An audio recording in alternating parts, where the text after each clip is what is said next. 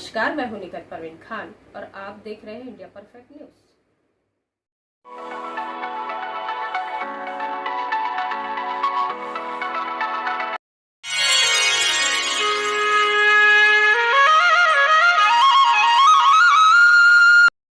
भाई भाई तो एक खून है, उनमें कौन पराया, जो एक दूसरे के लिए हुए, हमने क्यों उन्हें बुलाया, हमने क्यों उन्हें बुलाया। भाई तो सच्चा वही है जो, बोलो एक बार और बोलो, भाई तो सच्चा। हिंदू और जैनों का काम है मंदिर बनाना, हिंदू और जैनों का धर्म है मंदिर बनाना, मुसलमानों का धर्म है मस्जिद बनाना, सिखों का धर्म है गुरुद्वारे बनाना, ईसाइयों का धर्म है चर्च बनाना, और भाई होकर भाई का धर्म है दुख की बेला में भाई के काम।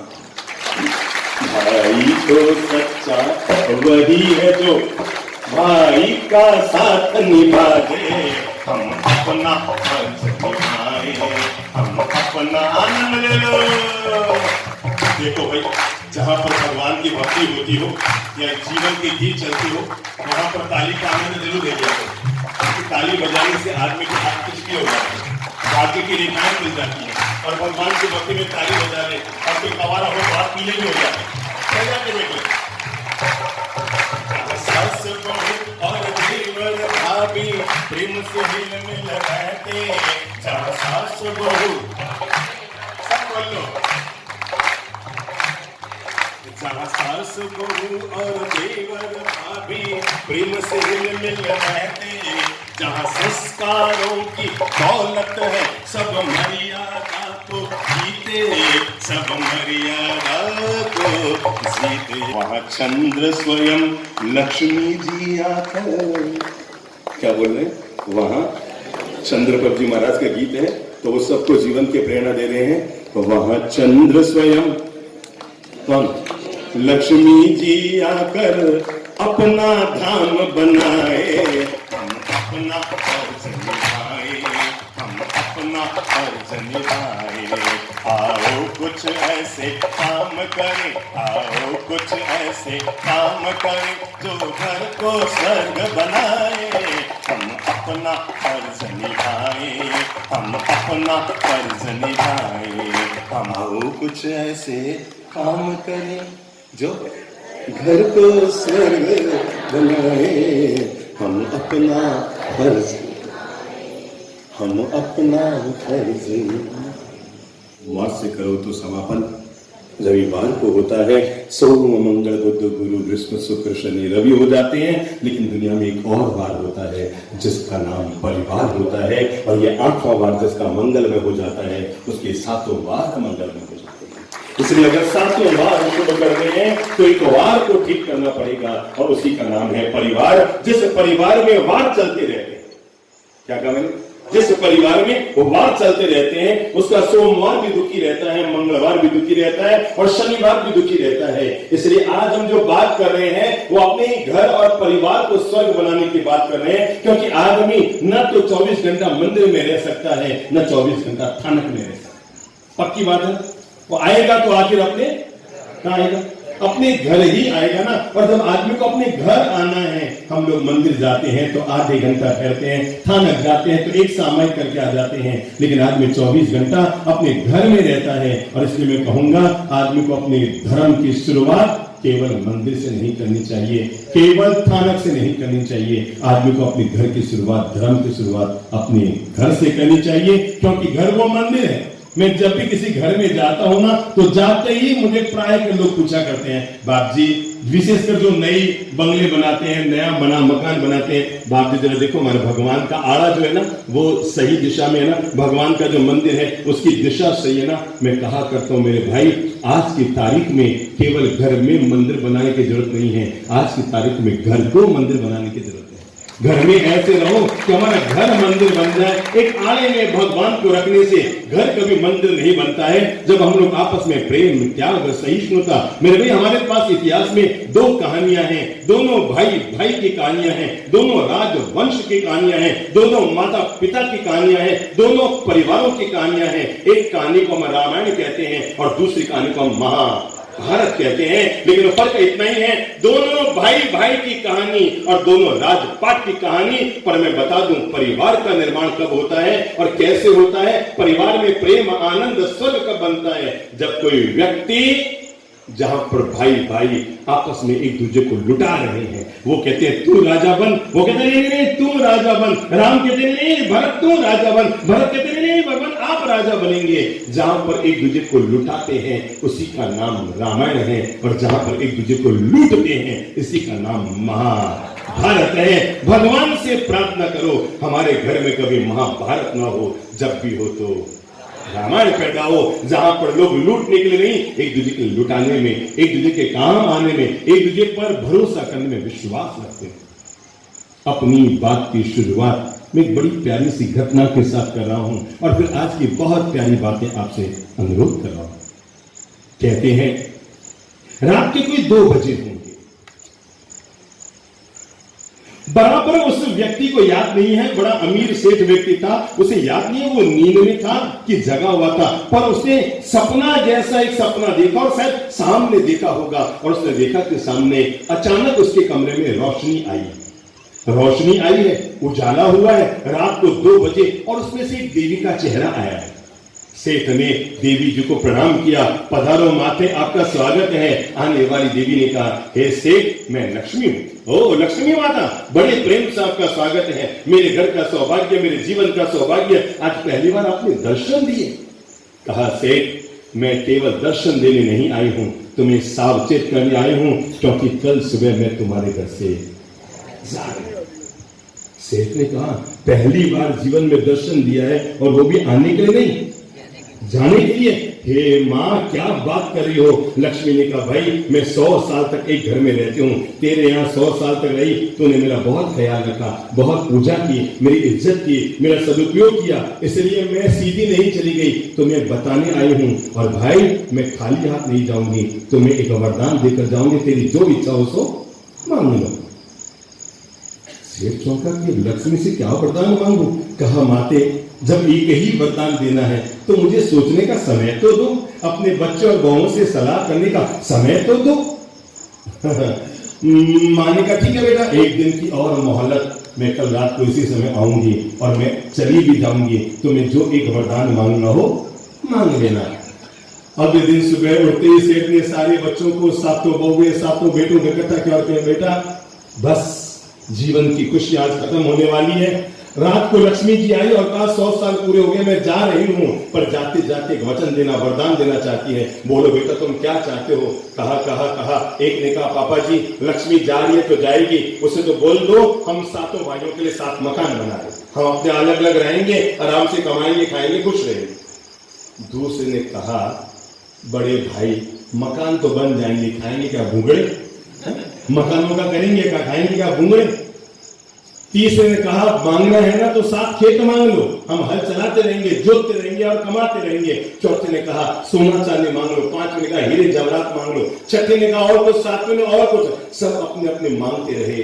पर सबसे छोटी वाली बहू ने कहा पापा जी मुझे इस घर में आए केवल 3 महीने हुए हैं, पर आप कहें तो मैं अभी कुछ बोलूं। कहा बेटा जब सभी लोग बोल रहे हैं तो तुम्हें भी बोलने का हक है। तो बहू ने कहा पापा जी एक बात याद रखो, आप मकान मांगो कि खेत मांगो कि सोना मांगो कि चांदी मांगो कि हीरे मांगो, पर तय है जब लक्ष्मी खुद ही जाएगी तो पीछे रहने वाले नहीं है, कोई न कोई बहाना बनाकर ये भी निकल जाएंगे।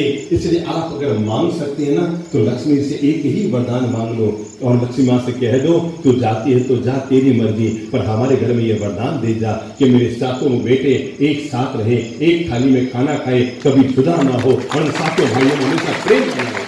बाकी पापा जी मेहनत करेंगे, जा रही है लक्ष्मी तो जाएगी, हम मेहनत करेंगे, मेहनत से कमाएंगे, घर गुजारा करेंगे, पर केवल इतना सा वरदान मांग लो कि हम 7 दिराने जिठाने में कभी झगड़ा ना हो, और ये 7 भाई एक थाली में खाना खाए, एक घर के नीचे रहे, एक छत के नीचे रहे, और सब प्रेम से रहे।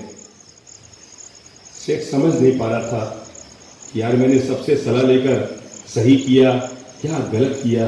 रात को लक्ष्मी जी आई 2 बजे, सेठ तो इंतजार कर रहा, उसे पता था वो तो आएगी। आई भी उसने कहा पधारो पधारो माँ लक्ष्मी पधारो। बस सेठ अब हाथा जोड़ी माथा फोड़ी खत्म, मुझे रवाना होना है, फटाफट बोलो तुम्हें क्या मांगना है। क्या मांगू 7 मकान मांगू, खेत मांगू, खलिहान मांगू, सोना चांदी मांगू। सेठ समझ नहीं पा रहा था, पर पता नहीं उसकी बुद्धि ने क्या गवाही दी।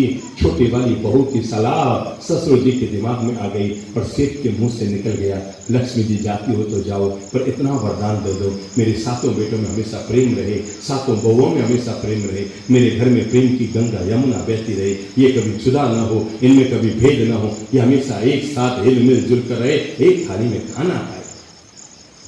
लक्ष्मी ने सेठ को देखा, भौहें तवेरी, आंख ऊपर की, चेहरे पर गुस्सा लेकर आई, कहा सेठ तुम तो बड़ा चालाक है,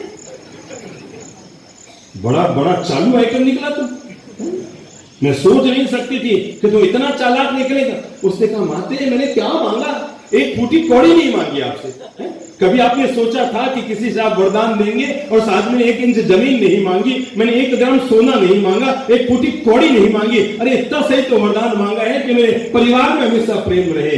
लक्ष्मी जी ने तब मुस्कुरा कर कहा सेठ जिसने भी तुम्हें सलाह दी वो तुम्हारे घर का कोई नूर हीरा है, अरे तुमने ऐसा करके वरदान नहीं मांगा है, ये वरदान मांगकर मुझे 100 साल तक इस घर में और रहने के लिए मजबूर कर। क्योंकि जिस घर में प्रेम रहता है, जिस घर में भाई भाई में विकास रहता है, जहाँ देरानी जेठानी आपस में हिल जुल कर रहते हैं, जहाँ सास और बहू आपस में एक दूसरे के सहयोगी बनकर और एक दूसरे के साथ मिठास से जिंदगी जिया करते हैं, लक्ष्मी को उस घर में बुलाना नहीं पड़ता, वो तो अपने आप उस घर में प्रवेश कर जाती है। क्योंकि प्रेम ही घर का सबसे बड़ा मंदिर होता है। जिस घर में प्रेम है वो घर चलता फिरता मंदिर है, और जहां पर कलह है। मेरे पास एक युवक आया, क्या होता है, मैंने कहा भाई नरक भी किताबों में लिख, नहीं मुझे किताबों का नहीं चाहिए, आपने कभी प्रैक्टिकल एहसास किया है, नरक और स्वर्ग देखा है। मैंने कहा हाँ, वो चौंका, क्योंकि अब तक सारे संतों ने कहा भाई स्वर्ग नरक हमने देखा नहीं है, किताबों में लिखा है। मैंने कहा हाँ मैंने तो स्वर्ग भी देखा है, नरक भी देखा है, तुम्हें देखना है। उसने कहा हाँ मुझे भी दिखाओ। मैंने कहा चल मेरे साथ। मैंने झोली डंडा लिया और हाथ में पात्र की झोली ली और मैं रवाना हो गया। मैंने कहा चल मैं तुझे स्वर्ग नरक दोनों दिखाता हूँ। मैं पहले घर में गया, कोई 10 मिनट चला होगा और एक घर में घुसा।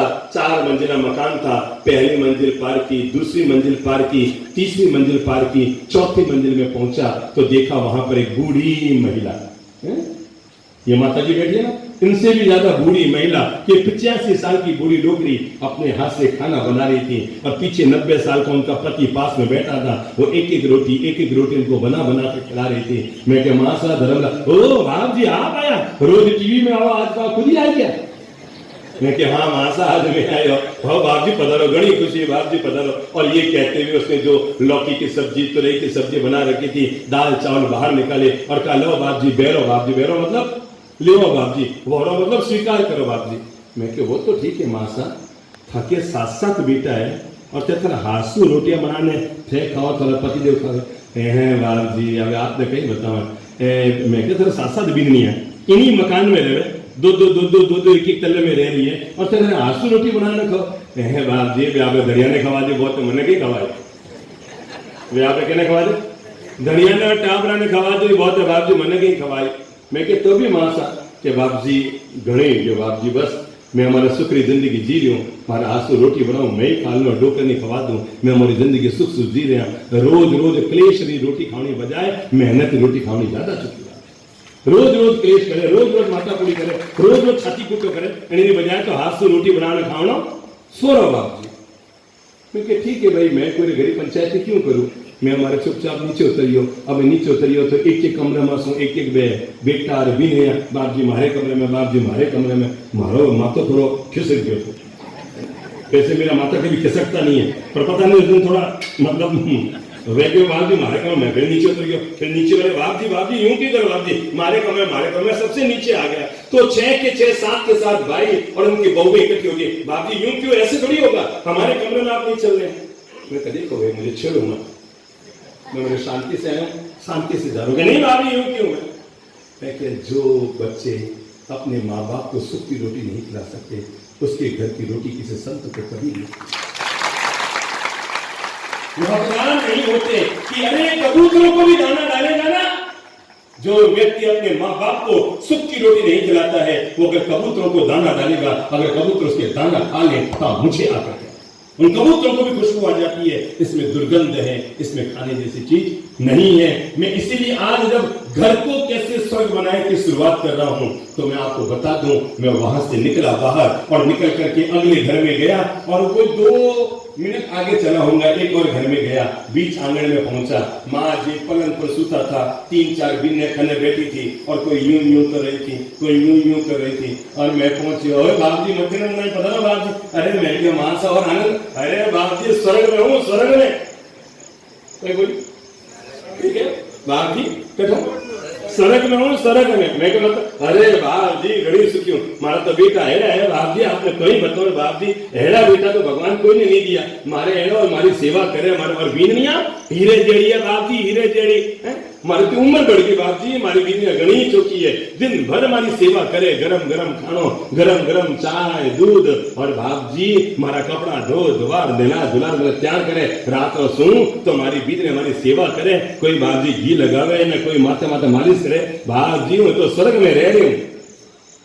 मैं गोद से बहुत के आ गया, रूम में चला गया, मैं आहार करने लग गया, वो युवक बाहर बैठा रह गया। मैं बाहर आया तो उसने कहा बाप जी वो स्वर्ग और नरक कब दिखाओगे? मैं क्या बेटा क्या दिखा के लाया? तो बोल अभी क्या दिखा के लाया था? जिस घर में 7-7 बेटों के रहते हुए भी बूढ़े माँ बाप को अपने हाथ से रोटी खानी पड़ती हो, इसी का नाम बोलो बोलो बोलो बोलो जोर से बोलो, जोर से बोलो, नरक है। और जहां पर बूढ़े माँ बाप अपने बच्चों के साथ प्रेम आनंद उल्लास आदर सम्मान के साथ जीते हों, इसी का नाम स्वर्ग है। और मैं चाहूंगा जब मैंने बात उठाई है घर को कैसे स्वर्ग बनाए, तो मैं चाहता हूं हर आदमी के घर में स्वर्ग हो। मेरे भाई एक बात याद रखना, जहां पर प्रेम प्यार मोहब्बत होती है, जहां सुबह उठकर भाई भाई आपस में गले मिलते हैं। मैंने सुना है कि साल में एक बार ईद आती है, साल में एक बार होली आती है, साल में एक बार दिवाली आती है, पर मैं आपको बता दूं जहां सुबह उठकर भाई भाई आपस में गले मिलते हैं, एक दूसरे के सुख दुख में काम आते हैं, वहां साल में एक बार नहीं महीने में 30 दिन ईद रहती है। जहां पर दोपहर में देरानी जेठानी एक थाली में खाना खाती हो, जहां पर सास और बहू एक थाली में खाना खाते हैं। मैंने सुना है भगवान महावीर के समय में शेर और गाय एक तालाब में पानी पिया करते थे। सुना ना आपने? किस किस ने सुना है? सबने सुना है ना कि भगवान महावीर के समय शेर और गाय एक तालाब में पानी पीते थे। मैं चाहता हूं महावीर का युग वापस लौट कर आए। उस समय शेर और गाय एक तालाब में पानी पीते थे। आज सास और बहू अगर एक थाली में खाना खाए तो समझ लेना महावीर का युग लौट कर आए। ये फिर से महावीर का युग लौट कर आ रहे हैं। अब ये बात अलग है कि उन दोनों में शेर कौन है गाय कौन है, घर वाले नहीं। किसी घर में सास शेर और किसी घर में बहू शेर, पर एक थाली में अगर खाना खा रही है। तो मैंने कहा जब भाई भाई सुबह उठकर आपस में गले मिलते हैं तो समझ लो वहां पर हर रोज ईद है। जहां पर दोपहर में देरानी जेठानी सास बहू एक थाली में खाना खाए, समझ लो वहां पर हर रोज होली है। और जहां पर रात को सोने से पहले घर की बहुएं अपने दादी सा के पांव दबाकर अपने बेडरूम में जाती हो, वहां की रात रात नहीं होती, वहां की हर रात दिवाली होती। और भगवान करे आपके घर में ऐसे ही होली और दिवाली मनती रहे, ऐसे ही घर में प्रेम प्यार मोहब्बत भरा हुआ है।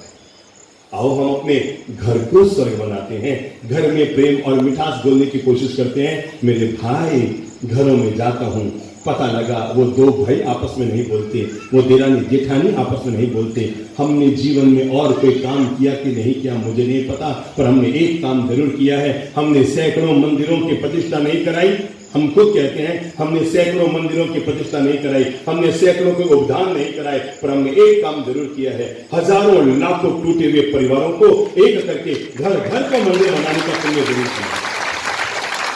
घर घर को मंदिर बनाया है। घरों में जाता हूं, बाप जी पूरे घर में पगड़िया कर दो।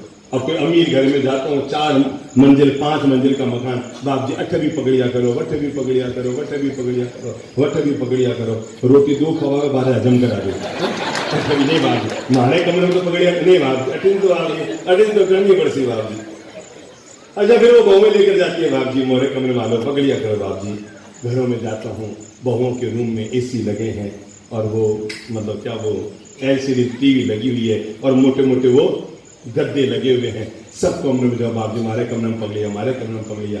लास्ट में नंबर आता है दादी सा, किसका? दादी सा का बाप जी, दादी सर का नाम चलो बाप जी मंगली सुना। मैं क्या चलो, अब वो दादी सा के रूम में जाता हूँ, बुद्धि लगा पंखा नहीं, सन 47 का देश आजाद हुआ तब घर को पंखा चल रहा था और घर बदल गए पर पंखा पुराना वहीं से वहीं आ गया। कबाड़ी वाले ने कहा 20 रुपए में लूंगा, आपने सोचा दादी सर काम आई क्यों देवा, और वो अच्छा फिर क्या होता है? बहुएं कहती है बाप जी हमारे दादी सर ने नींद नहीं आवे, कोई मंगल सुना जवाब दो, पर दादी सर ने नींद नहीं आवे। जिन जिन के दादी सा को नींद नहीं आती है ना, मैं उन सब बहुओं का मंत्र दे रहा हूँ, मेरे मंत्र को घर में लागू कर देना। और अगर कल सुबह आके सुना आके मुझे जरूर बताना आपकी दादी सा गहरी नींद आई कि नहीं आई। काम को इतना सा करना, जिस रूम में आप सोते हैं उसमें तो दादी सा को सुनाना, और जिस रूम में दादी सा सोती है उसमें अपने पति के साथ जाके सोना। एक ही रात में अक्सर ठिकाने ना आ जाए और फिर मुझे आपको बताना बाप जी दादी सने केड़ी नींद आई। अरे एड़ी नींद आवेगा दादी सने क्या वेला ए ललित प्रदीप महाराज 10 साल पहले क्यों नहीं आया, मारो बुढ़ा को सुखी कर दिया। एक ही दिन ट्राई कर ली जो आज घर में जाने और के जो दादी सा महासा आज बस हमारी इच्छा है हमारे रूम में आप सुबो और एसी चला करके और गद्दा लगा करके और दादी सा ने सुसुई जो। और एक दिन दादी सा रूम में जा खुद सुई जो, अगर अगले दिन दादी सर रूम करेक्शन नहीं हो तो मैंने आने मेरे भाई जो घर की ओरिजिनल मालकिन थी वो तो चली गई ओरे में, और जो कल घर में आई वो चली गई एसी रूम में। इसी का नाम घर का नरक। और अगर आपके घर में नरक पल रहा है तो आज ही जाकर ठीक कर। जब बात अपन कर रहे हैं घर को स्वर्ग बनाने की, घर में प्रेम की गंगा यमुना बहाने की, तो आओ क्या क्या हम काम करें जिससे हमारा घर स्वर्ग जैसा बन जाए, मीठा मधुर बन जाए, आनंद भरा बन जाए। प्रेम और मिठाई जितने लोग रहते हैं अपने जीवन में एक एक काम में अब शुरू कर रहा हूं। पहला काम कीजिए, घर के जो बड़े बुजुर्ग हैं एक एक से आगे बढ़ा रहा हूं, उनको बहुत प्रेम से निभा लीजिए। उसे बोल लीजिए, क्या शब्द है? मारवाड़ी का शब्द है निभा लो। निभा लो का मतलब है वे जेड़ा भी है और चेहरा भी है, उन्होंने कई तरह निभा लो। मालूम है आपकी सासू माँ थोड़ी टेढ़ी है, थोड़ी चिड़चिड़ी है, वो पुराने जमाने की है, उन्होंने पुराना समय देखा है, उनकी सासू माँ ने उनसे घटिया चलाई है, तो आपको गाड़ी चलाते हुए देखकर ज्यादा मन से खुश नहीं हो सकती। पर फिर भी कहता हूँ वो जैसे भी हैं केवल एक काम जरूर कर लो, उनको निभा लो, क्योंकि हर चीज लौट कर आती है। आज आप जैसा व्यवहार अपने सासू माँ और ससुर के साथ कर रही हैं, कल आने वाला आपके साथ भी वही व्यवहार करेगा। तो आज से पहला नियम, घर के जो बड़े बुजुर्ग हैं ना वे होते हैं किस्मत वाले, जिनके घर में बूढ़े माँ बाप होते हैं। आज से मन बना लो मैं अपने घर के बड़े बुजुर्गों को निभाऊंगा, उनके चरणों में अपने जीवन को स्वर्ग देखूंगा। उसको नहीं देखा हमने कभी, पर उसकी जरूरत क्या होगी, हे माँ तेरी सूरत से अलग भगवान की सूरत क्या है। उसको नहीं देखा हमने कभी, मैंने ईश्वर को नहीं देखा है, पर जब भी ईश्वर को देखना हो मेरे भाई, ईश्वर हर जगह जाकर प्रकट नहीं हो सकता। और जब उसे प्रकट होना होता है वो केवल एक काम करता है, माता पिता के रूप में आपके घर पर आता है और आपका लाड़ प्यार दुलार आशीर्वाद देकर वापस ईश्वर विदा हो जाता है। इसलिए माँ बाप घर में आए हुए ईश्वर के साक्षात अवतार। मानता हूं बूढ़ा पेड़ फल तो नहीं देता है पर छाया जरूर देता है। वे किस्मत वाले होते हैं जिनके घर में बूढ़े वृक्ष की छाया होती है। वासे नियम बनाए, घर के बड़े बुजुर्गों की सार संभाल कैसे करें। नंबर 1, पहला काम किया करो 24 घंटे में एक बार सही, अगर आपके मम्मी है कि पापा है कि दादा है कि दादी है, उनके साथ बैठ के भोजन किया करो। पहला काम। सच्ची कहता हूं दिन भर बाजार में घूमते रहना, केवल घर से निकलते समय अगर आपने अंगूर भी दादी सा के मुंह में डाल, लो दादी सा मुंह को लो, दादी सा किसी लो दादी सा, एक अंगूर डाल के भी मुस्कुरा कर चले गए ना, वो दादी सा दिन भर कहेगी मारो को तो कितना अच्छा है, मैंने इतना मीठा अंगूर खवाने का। वो खाटे अंगूर को भी मीठा कह देगी अगर आप उसे प्रेम से खिलाकर चले जाएंगे। ऐसे नियम बना लो घर में स्वर्ग लाने के लिए। पहला नियम और वो ये है, घर के जो बड़े बुजुर्ग हैं 24 घंटे में एक बार, समझ गए ना भैया, 24 घंटे में एक बार उनके साथ में बैठ के भोजन करो। देखो भाई, घर में प्रेम चाहिए तो साथ में बैठ के भजन करो, और परिवार में प्रेम चाहिए तो साथ में बैठकर भोजन करो, और समाज में प्रेम चाहिए तो साथ में बैठ के भजन करो।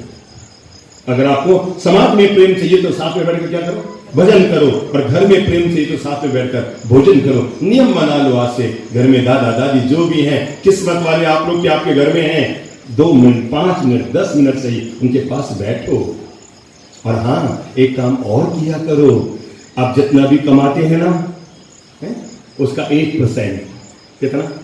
1%, 2% जब महीना शुरू हो तो जो भी घर में दादा दादी पापा जी हैं उनको ले जाकर दे दो। पापा जी, नहीं बेटा मने कहीं करना, मने नहीं चाहिए। नहीं पापा जी रखो, धर्म कर्म में लगाम करे जो, ताकि समाज में कभी आपको 5,000 का दान देना हो तो समाज में ये ना कहना पड़े, बेटे को पूछना पड़ेगा। पापा जी आपका जेब हमेशा भरा रहे, दान पुण्य करते रहा करो। एक बात तय है, पत्नी को रुपये दोगे तो पीहर में जाके उलझ जाएंगे, और माँ बाप को दोगे तो पूरा तो वापस आपके जाएंगे। नियम बना लो, ठीक है ना? 500 रुपये, 1000 रुपये तब दे सकते हैं ना, क्यों? 5000 रुपये 1 तारीख को ले जाकर, ये मत को मैं कभी मना नहीं करता हूँ, वो मानते नहीं है, वो क्यों मांगेंगे? वो क्यों मांगे? उनको शर्म नहीं आएगी कि जिसको हमने पैदा किया उससे हम पैसा मांगे? बच्चे सोचते हैं वो मांगते नहीं है, और वो सोचते हैं वो देता नहीं है, और इस तरह जिंदगी पूरी चलती रहती है। तो आज से नियम बना लो, सभी लोग नियम बना लो। जिनके भी घर में बूढ़े दादा दादी मम्मी पापा है, ठीक है, वो कहें मेरे काम ठीक है मम्मी जी, आपके बिस्तर के नीचे रख लो, ये रुपये 1000 रुपया हर महीने रख लो, उन्हें अपने हाथ से धन जरूर दो। नंबर 3 मैं अनुरोध करना चाहूंगा, रात को बेडरूम में जाओ ना, उससे पहले 5-10 मिनट ही सही उनके पास थोड़ा उनका पाँव दबा दो, थोड़ी पत्थरी में घी की मालिश कर दो, थोड़ी सी उनके हाथ पाँव दबा के सेवा कर दो। आपको कोई है जो शादीशुदा है? बेटा वॉल्यूम सकते, आपके घर में कोई है जो शादीशुदा है, जिसके घर में बूढ़े दादा दादी है, मम्मी पापा है? कौन है? हाथ खड़ा है? हाँ, खड़े हो, हाँ खड़े हो बेटा, खड़े हो, शर्म मत करो, जो कहे शर्म बूटे वाला। हाँ, आप नहीं कर, हाँ, आपके घर में कौन है? एक बुद्धि लगाओ, सभी लोग जितने लोग बैठे ना सब बुद्धि लगाओ। आपकी कमर दुखे तो पास में कोई है, और उसकी कमर दुखे तो पास में कोई है। 80 साल की बूढ़ी दादी साहब अपने बेडरूम में अकेली सोई है, सोचो रात को 2 बजे उसकी कमर दुखे तो आज से संकल्प करो, अपने बेडरूम में बाद में जाएंगे, पहले अपने मम्मी पापा या दादा दादी जो भी बूढ़े हैं उनके पास जाएंगे और 15 मिनट जाकर उनकी सेवा करेंगे। याद रखना, घर में संतान तो आदमी के अपने बलबूते होती है, पर वो संतान श्रवण कुमार जैसी हो, ये माइटों के आशीर्वाद से ही हो। आज से नियम लेते हैं, घर में दादी से है ना, आज से नियम लो। याद रखना, घर के बड़े बुजुर्गों के आशीर्वाद आपके भाग्य को अगर नौ निहाल न कर दे तो मुझे कहना, जिस किसी व्यक्ति ने अपने घर के बड़े बुजुर्गों के आशीर्वाद ले लिए है उसका बेड़ा हमेशा पार ही पा रहा है। मेरे अच्छे भाई बहनों, हमने तो दीक्षा भी, कल मैंने बताया था, हमने दीक्षा वैराग्य के कारण कम ली थी। अपने बूढ़े माता पिता ने जब संकल्प लिया कि हम संत बनेंगे तो हमने उनकी सेवा करने के लिए जीवन में संत जीवन स्वीकार किया। और किस्मत वाले होते हैं मेरे भाई जो अपने माता पिता दादा दादी की सेवा करने का सौभाग्य हासिल कर लेते हैं, क्योंकि उनके आशीर्वाद कभी व्यर्थ नहीं जाते। तो बेटा से नियम लो। क्या नियम? मैंने बहन एक को खड़ा किया है और इनके बहाने पूरे समाज की बहनों को जागृत कर रहा हूं। अगर घर में बूढ़ी दादी सा है तो सीधे अपने बेडरूम में मत घुसो, अपने पति को लेकर दादी सा के पास जाओ, 2 मिनट पाँव दबा दो, थोड़ा पाँव दबा दो, थोड़ी कम, मतलब गर्दन के अलावा कहीं पर भी हाथ डालना, दबाव का काका की जिंदगी जीते हैं। मैं एक बार एक गांव में था और ऐसे ही कुछ कार्यक्रम चल रहा था, माँ जी का स्वर्गवास हो गया था, अकेली बूढ़ी माँ थी। मैं पहले भी उस घर में गया था, कभी वो खिचड़ी बनाती, कभी वो रोटी बना के अपनी जिंदगी निकाल रही थी। और मैंने देखा जब उनका स्वर्गवास हो गया, उनके बाहर रहने वाले बच्चे गाँव में आए और 2000 लोगों का गाँव में खाना किया, 4-4 मिठाइयाँ बनाई। किसके लिए? जो कभी सुख की खिचड़ी भी नहीं खा पाई थी, उसके लिए 4-4 मिठाइयां बनाई। बनने के बाद समाज का जीवन किया और ऐसे ही पंडाल बांध इतनी बड़ी तस्वीर लगाई गई और सामने वो मिठाइयों का भोग और 400 रुपए की माला पहनाई गई। मुझे लगा इस माता जी का बस चले ना तो इस तस्वीर को फाड़ कर बाहर आए और मारे 2 जूत किसको?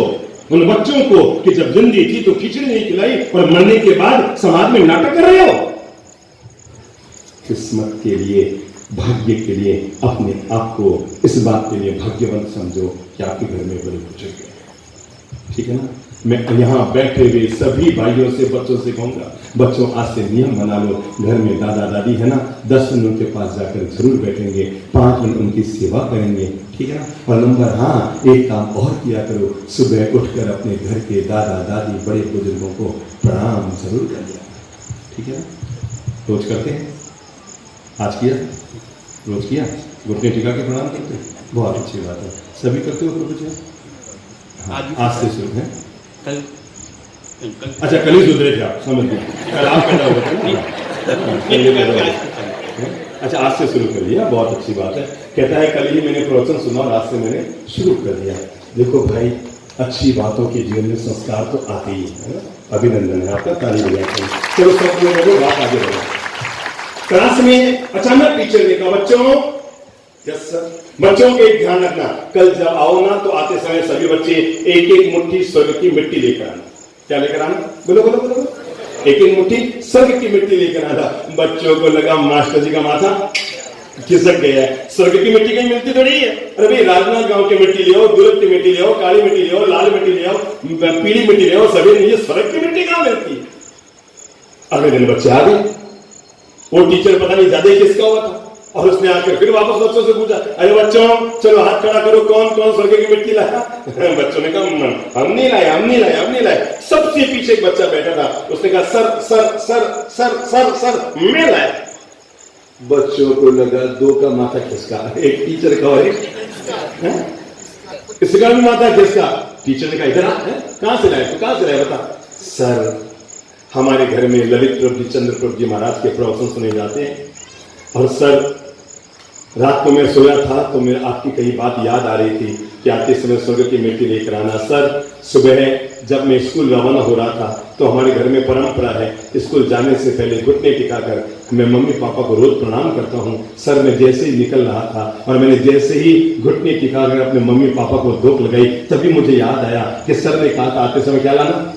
स्वर्ग की मिट्टी। और ललित प्रभु जी महाराज हमेशा कहते हैं, माँ बाप के चरणों में स्वर्ग होता है। सर, मैंने कुछ नहीं किया, उनके पांव के नीचे जो मिट्टी थी, मैं वो मिट्टी अपनी मुट्ठी में इकट्ठी करके लाया हूं। Sir sir sir sir sir, ये है स्वर्ग की मिट्टी।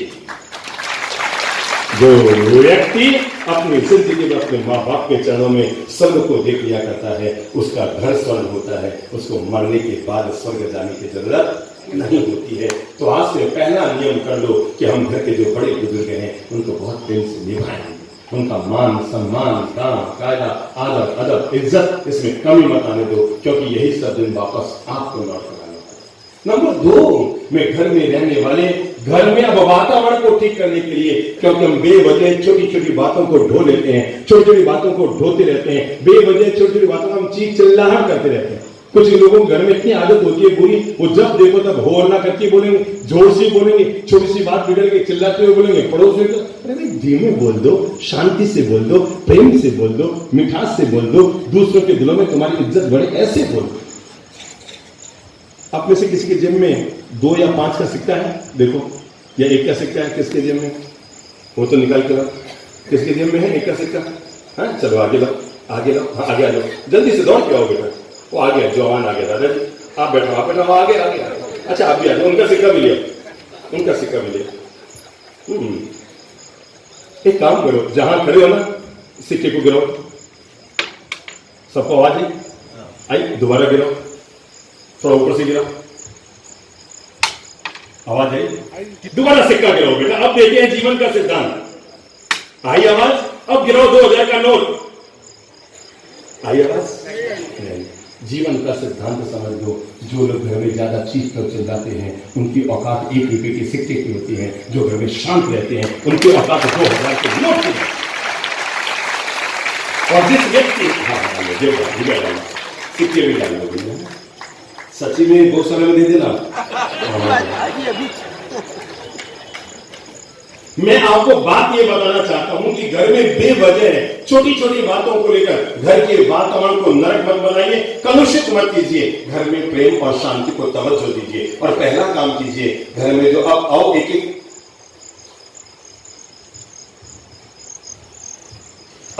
पॉइंट पर उतरते हैं। और पहला पॉइंट मैं आपको देता हूं, घर में 2 लोग हैं, ये 2 लोग अगर सुधर जाए तो घर स्वर्ग बन जाएगा।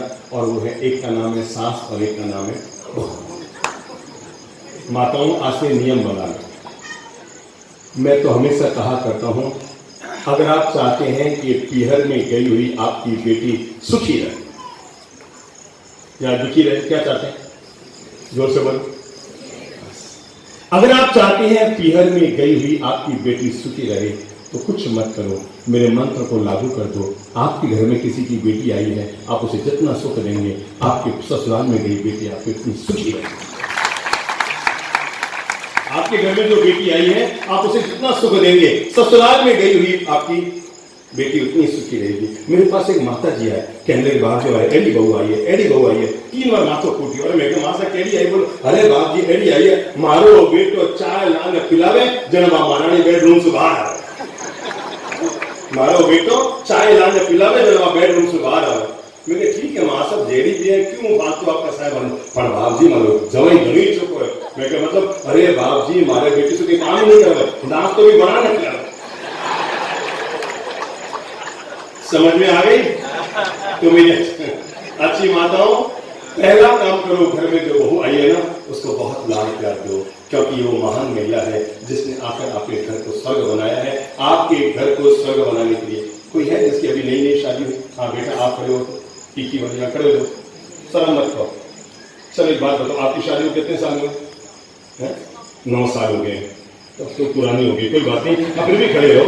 अच्छा एक बात बताओ, आपकी शादी हुई उससे पहले तो आप शायद ड्रेस भी पहनते थे ना, कभी जीन्स भी पहनते थे ना?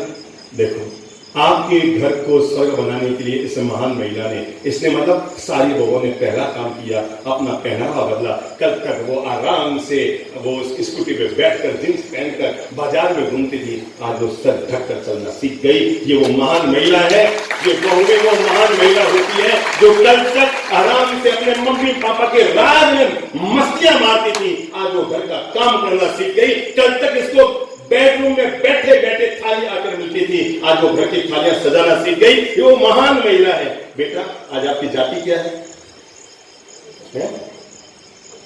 क्या है? कोटरिया। शादी के पहले क्या थी? लल्लवानी। दुनिया में 2 ही समय जाति छूटती है, या तो कोई व्यक्ति संत बनता है तो अपनी जाति छोड़कर आता है, या कोई कन्या शादी करती है तो अपनी जाति बदलती है। इससे बढ़कर आप उससे क्या होता है? और तो और सिंधियों में तो कोई है, सिंधी महिलाएं यहाँ कोई है? बहुत सजना खड़े हो बेटा, खड़े हो गए हैं। आप सिंधी हैं क्या? अच्छा इतनी सारी है, हाँ खड़े हो जाओ, कोई शर्म की बात नहीं है, गौरव की बात है। सिंधी समाज तो वो समाज है जो कभी देश में शरणार्थी बनकर आया, पुरुषार्थी बन गया, आज परमार्थी बनकर देश का हिस्सा बना हुआ है, गौरव की बात है। अच्छा जरा बताओ माताओं, जो मैं कह रहा हूं वो सच है तो सच कहना, गलत है तो गलत कहना, मेरी हाँ में हाँ नहीं बनने, ठीक है ना? मैंने सुना है सिंधी जैनियों में और बाकी सब जातियों में, अग्रवाल महर्षि बाकी सभी जातियों में लड़की की जाति बदल जाती है। जैसे इन्होंने कहा अभी मैं कोटरी हूं, पहले आप क्या थी? ललवाणी थी, ठीक है ना? सभी का हुआ है सर, कोई चौपड़ा थी तो बोतरा हो गई, बोतरा थी तो मेहता हो गई, मेहता थी तो लोड़ा हो गई, जाति बदली ना। मैं आपको खास बात बता रहा हूं, इससे बढ़कर एक नारी का आपके परिवार के लिए क्या बलिदान हो सकता है। सिंधियों में तो लड़की का नाम भी बदल जाता है, बदलता है कि नहीं? जोर से बोलो यस नो यस। सिंधियों में तो लड़की की शादी होती है तो वो नाम भी छोड़कर आती है, और ससुराल में जो नाम मिलता है वो नाम पाती है। बजाओ अपनी बहुओं के लिए ताली, और इन बहुओं को सम्मान दो जो आपके घर को बसाने के लिए अपने माँ बाप को छोड़कर आती है। क्यों भाई मम्मी पापा साथ है, भैया तो दहेज में आया और बहन किसी और घर। मैं यही तो बता रहा हूं, जिन्होंने पाला पोसा पांव पे खड़ा किया उस पूरी दुनिया को छोड़कर केवल आपके घर को बसाने के लिए आपके घर में आई है। और अगर हम उस बहू को भी थोड़ा सा लाड़ प्यार प्रेम और इज्जत नहीं दे सकते तो इसका मतलब हमें पराये बच्चे को अपनाने का अधिकार है ही। पहला काम करना चाहिए, मैं घर के सब माताओं से कहना चाहूंगा, जब आप अपनी बेटी की गलती को कभी बताते नहीं, आप तो छिपाते हैं, तो बहू से गलती हो जाए तो ठीक है, कोई बात नहीं, बच्चे हैं, बच्चों से गलती नहीं होगी तो किससे होगी? अगर आप नजरअंदाज करते रहेंगे ना, ठीक है बेटा कोई बात नहीं, क्यों बेटा खुश रहे, बस मस्त है। वहां के मम्मी में माँ तो ढकने बैठो, हाँ बेटा ढक ले, कि माँ तो उगाड़ में कोई प्रॉब्लम नहीं, बेटा सिर ढक कर बैठी है तो तू मेरी बहू है, और सिर उगड़ गया तो तू मेरी बेटी है तो तू मेरी की मेरी। समझ गए ना? घर के जितने भी बड़े हैं तो मैं अनुरोध करना चाहूंगा, क्योंकि हम छोटी छोटी बातों में टोका टोकी करते हैं। वाकई में पीड़ित हो, हमार तो गई थी, अरे हमार गई थी तो कोई पाप थोड़ी गई है, तो खुद अपने जिस घर में पैदा हुई है वहीं पर तो जाने का बोल रही है, और उसमें भी आप तुरंत वापस कह देते हैं हमारे 5 दिन पहले तो गई थी। अरे किसी और के यहाँ जा रही हो और आप टोके तो बात जमे, जिन्होंने जन्म दिया, पाल पोस कर बड़ा किया, उसकी जिंदगी बनाई और आपको पाल पोस कर उन्होंने अपनी बेटी दी, अगर उस घर भी जाना चाहते हो और आपका मन दुखता है, ना बाबा ना, मैं तो कहूंगा चला कर बहू को कह करो बेटा जा बेटा जा, बाकी 3 दिन नहीं बेटा 7 दिन रहे, 3 बार 7 दिन रहेगी तो भाग जाएगी, फिर वो कहेगी नहीं मम्मी फिर दो, तो मम्मी को कहो उससे पहले कहती है जा जा जा, और तो वो चली जाए ना, जैसे समझ लो 3 दिन का कह के गई, 4थे दिन नहीं गई, तो बेटे से मत कहो बेटा थारी पत्नी आई को नहीं, बहुरानी आई को नहीं, घरों काम कौन करी, कौन संभाली, मासू तो बुढ़ापे में तो काम हो को नहीं, खाना बनाओ, पोछा लगाओ, झाड़ू लगाओ, मैंने कह दे भाई आजा 3 दिन में कह गई, 5-5 दिन हो गया, यूं मत करो, क्योंकि बेटा भी आपका है और वो उसको ऐसा कैसे ही कहेगा, अरे दौड़ने आना मम्मी मम्मी मम्मी अकेली काम करिए, मम्मी के मासू अकेले से हुआ को नहीं, भाग कैसे बाहर तो माथों दुखे कहीं पेट दुखे, इसका कोई इलाज है ही नहीं, 3 दिन बाद जाऊँ फिर छुट्टी होगी, इसके बजाय कहना बेटा 20 दिन में फोन कर, मैंने बहुत याद आया, हमारा मन नहीं लगा, कह तो देखो।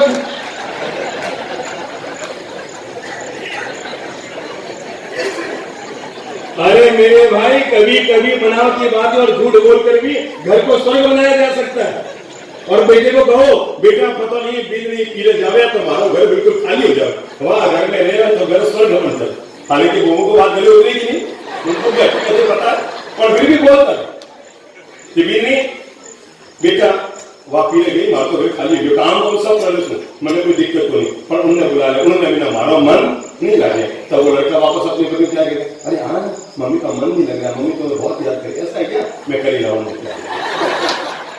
आप बोल रही हो इतना काम करी तो बाकी मेरे काम वाली भाई हो गया, जाने का काम पूरा कर, मैं आपको जीवन का ये विज्ञान दे रहा हूं, अगर हम बड़ा नजरिया, बड़ी सोच, बड़ी मानसिकता के साथ घर परिवार में जिएंगे तो घर स्वर्ग बन जाएगा। आज से नियम ले लो, बहुरानियों पहला काम किया करो, घर में कुछ भी काम करो ना मम्मी से पूछ के कर लिया करो, माँ से यूं कर लो, ठीक है? कौन कौन बहुएं हैं हाथ खड़ा करो, बस तो 90% बहुएं, सासू माँ तो घर में पैक करके हो गया, मेरा समझ आवा। आज से नियम ले लो, घर में जो भी काम करो मम्मी जी के कान में डाल के करो, ठीक है? और माताओं दूसरा नियम ले लो, ये जो भी पूछे चुपचाप वहां पर समझ लो, मैं बता रहा हूं कैसे प्रैक्टिकल में ला रहा हूं। समझ लो शाम का खाना बनाना है, आपको पता है मम्मी जी सूर्यास्त के बाद खाना नहीं खाती, कुछ मत करो, 5 बजे आप फ्रिज खोलेंगे, आप देखेंगे फ्रिज में लौकी पड़ी है, और आपको पता है कि मम्मी को मरी लौकी नहीं खाती, टूटी आंख नहीं छुआ, तो अब वो सामयिक में बैठी है, माला जप रही है, तो मम्मी के पास गया, मम्मी जी खाने में सब्जी कहीं बनाओ, कहीं जवाब देगी सामयिक में बैठे माता जी, क्या जवाब देंगे माता जी बताओ, जो सामयिक में बैठे, बहुरानी आके पूछेगी खाने में कहीं बनाओ तो आप क्या जवाब देंगे? सामयिक में बैठ के माला हाथ में चल रही है, कहीं जवाब दे वाला, हाँ दादाजी सही जवाब दे रहे हैं, मतलब जो बनाना है सो बना लो, बिल्कुल सही कहा उन्होंने, जो बनाना है सो बना लो। फिर आप कहेंगे नहीं मम्मी आप बताओ ना क्या बनाना है, जो आप बनाओ, तो मतलब क्या, एक तो ध्यान रखा करो, जो भी सासू माँ को कोई बात पूछनी हो ना सामयिक में पूछा करो, हमें बात खत्म, माता खुपड़ी खत्म, जब वो सामयिक में माला जब ना मम्मी जी पिए जाओ तो मतलब तो गई समझा तो कुछ भी मतलब, तो नियम बना लो, जब वो सामयिक में बैठे तभी पूछो, बाकी पूछो ही मत उनसे, और उसमें माला जब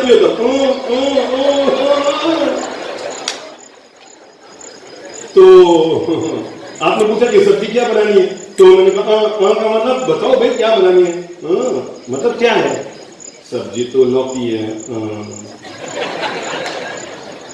मतलब मैंने भावे को नहीं, अब भावे को नहीं तो मम्मी की और तो कोई सब्जी है नहीं, खाली लौकी है, आप देख लो नहीं तो मैं 50 जो बताओ जो करूं। अब वो सामयिक में जो बैठी है, माला हाथ में चल रही है, बेचारी बोल सकती नहीं है, तो क्या कहेगी? मतलब क्या बनी सब्जी? सब्जी लौकी की लौकी बनी। पर मैं सच कहता हूं, मम्मी जी उसको बादाम के हलवे से भी ज्यादा प्रेम से खाएगी, क्योंकि आपने उनको मान सम्मान देकर पूछ कर। तो घर में एक संस्कार डाल दो, और वो हमेशा जो भी घर में काम करना हो बड़े बुजुर्ग कान में डाल दो। मम्मी जी यूं करना, पापा जी यूं करना, मेरे भाई उनको जीवन की जितनी खुशियां दे सकते हो उतनी दे दो, क्योंकि पता नहीं फिर आपको वक्त मिले या ना मिले। हाँ, परिवार में एक और रिश्ता रहता है, वो है भाई भाई का रिश्ता। कौन सा रिश्ता? भाई भाई का रिश्ता। किसे कहते हैं भाई भाई का जिंदगी में प्रेम, और भाई भाई के प्रेम का आनंद क्या होता है, ये तो कोई हमसे पूछे, ललित और चंद्रपुर महाराज से पूछे, जिन्हें संत बने अगर 45 साल हो गए हैं, तो पहला मौका है जब हमें अलग भी होना पड़ा है। तो मुझे मालूम है मेरे लिए एक एक दिन निकालना कितना भारी होता है, क्योंकि भाई के साथ रहने का सुख क्या होता है। ये मत कहो कि मकान छोटा हो गया इसलिए भाई भाई अलग हो गए। सच्चाई तो ये है, मकान छोटा होता है तब भाई भी अलग नहीं होते, भाई भाई तब अलग होते हैं जब मन छोटा होता है। इसलिए अपने मन को कभी छोटा मत किया करो। अरे भाई होकर भाई के काम नहीं आया, वो कैसा भाई? मरते मरते रावण ने राम से कहा था कि राम, मेरे मरने के बाद जब अयोध्या में पहुंच जाओ ना, तो बैठकर सिंहासन पर सोचना, इस युद्ध में तुम जीतो और मैं हारा। ये क्यों हुआ? शनि मेरी ताक में, नवग्रह मेरे हाथ में, काल को मैं मुट्ठी में रखता हूँ, यमराज को मैं पांव के नीचे रखता हूँ, और मैं मारा जा रहा हूं। दुनिया में कोई ताकत नहीं थी जो मुझे मार सके। अरे राम, तेरे तो सिंहासन भी सोने के ना होंगे, मेरे तो कोई लंका ही सोने की बनी हुई है, फिर भी राम तुम जीत रहे हो और मैं हार रहा हूं। पर राम एक बात याद रखना, मेरी हार में मैं नहीं और तुम्हारी जीत में तुम नहीं। तुम इसलिए जीत गए क्योंकि तुम्हारा भाई तुम्हारे साथ था, और मैं इसलिए हार गया क्योंकि मेरा भाई मेरे खिलाफ। जिंदगी में याद रखना, राम की जीत में जितना राम का हाथ था, उससे कहीं ज्यादा भाई भाई के प्रेम का साथ। और रावण अगर मारा गया तो उसमें भी भाई का ही कोई हाथ। ये है भाई भाई के प्रेम का मत। और मैं इसलिए आपसे कहूंगा मेरे भाई, नियम बना लो। जो भाई जुदा नहीं हुए हैं, अगर वो हमारी बातों से थोड़ा सा भी प्रेम करते हैं, हमारे प्रति अगर वो थोड़ा सा भी इज्जत रखते हैं, उनके मन में हमारी थोड़ी सी भी जगह है, तो आज से मन बना लो, हम भाई भाई तब तक जुदा नहीं होंगे जब तक हमारे मम्मी पापा जीवित रहेंगे। माता पिता के जीवित रहते हुए उनके खून का बढ़ जाना ये घर का दुर्भाग्य है। हम साथ साथ रहेंगे, मकान छोटा है तो बड़ा करेंगे, और अगर किसी के मन में छोटी मोटी बात कोई आ गई है जिसके कारण वो जिद कर रही है कि मुझे अलग होना है, उसकी बात का भी समझौता कर लो। अगर 10 लाख का नुकसान उठाकर भी भाई भाई का साथ निभ रहा है तो तुम लाभ में हो, क्योंकि 10 लाख तो वापस कमा लोगे, पर भाई भाई अलग हो गए तो उसका मजा कहां से है? निभा लो भाई भाई। पता है जब राम और सीता वनवास में जा रहे थे तो लक्ष्मण अपनी मां सुमित्रा के पास पहुंचा और जाकर कहा, माते प्रणाम। सुमित्रा अचानक चौंकी कि इस तरह लक्ष्मण तैयार होकर आ गया। कहा, बोलो क्या बात है? कहा, बस माते मैं आपसे वचन मांगने आया हूं। क्या कहा? कौन बोल रहा है? लक्ष्मण सुमित्रा से बोल रहा है, माते मैं आपसे वचन मांगने आया हूं। मां ने कहा, बेटा कैसी बात कर रहा है? एक वचन मांगा कैकेयी ने, सो तो अयोध्या अनाथ हो रही है, राम को वनवास जाना पड़ रहा है, तुम्हारे पिता की हालत बिगड़ रही है, और सती सीता को जंगल में जाना पड़ रहा है, और एक वचन ने रघुकुल का विनाश किया है, तू कौन सा वचन मांग रहा है? कहा, माते जो भी है।